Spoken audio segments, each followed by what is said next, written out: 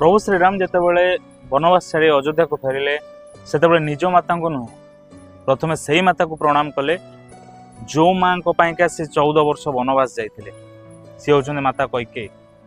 कहीं प्रभु जानी जदि कैकेयी पाइका से वनवास न जाई थांते तांको सुग्रीव परिका बंधु मिल न हनुमान परिका भक्त मिल न आउ रावण परिका शत्रु जहा को मारी से सारा विश्व रे जय जयकार नहीं।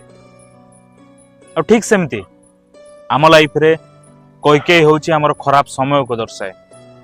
आम लाइफ रे खराब समय आसिले आम से टाइम रे ही जानी परिबा हमर प्रकृत बंधु किए, सुग्रीव परि मित्र किए, हनुमान परि भक्त किए।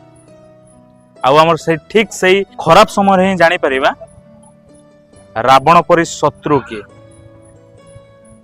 लाइफ रे जते बेले खराब समय आसे ना, खराब समय आम ठार किछि नबा पई आसे न थाए, उल्टा हमको बहुत किछि सिखै दै थाए।